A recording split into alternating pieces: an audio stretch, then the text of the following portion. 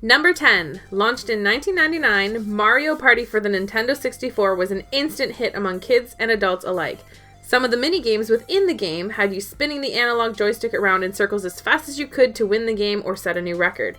Some parents reported injuries for this as severe as second-degree burns. Nintendo in 2002 decided to set aside $80 million to send out gloves to customers who had been affected by playing the games too hard. Number 9. GoldenEye was a first-person shooter developed by Rare for the Nintendo 64 in 1997.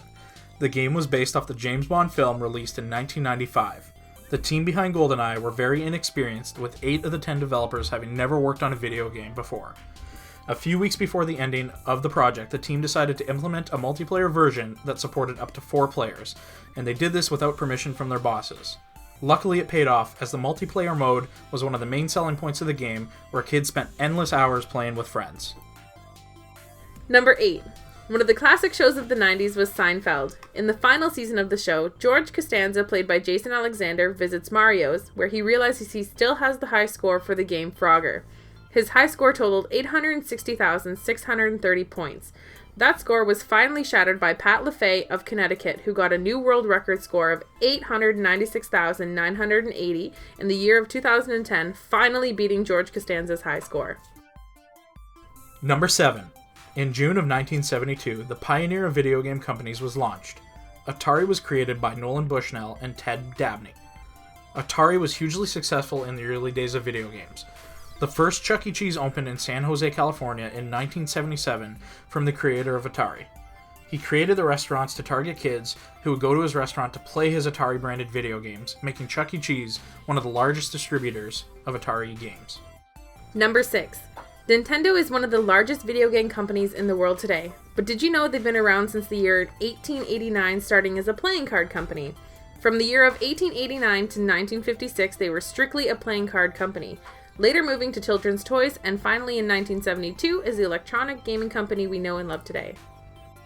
Number 5. The Pokemon franchise is one of the best-selling for Nintendo that have brought the company in billions of dollars across multiple platforms.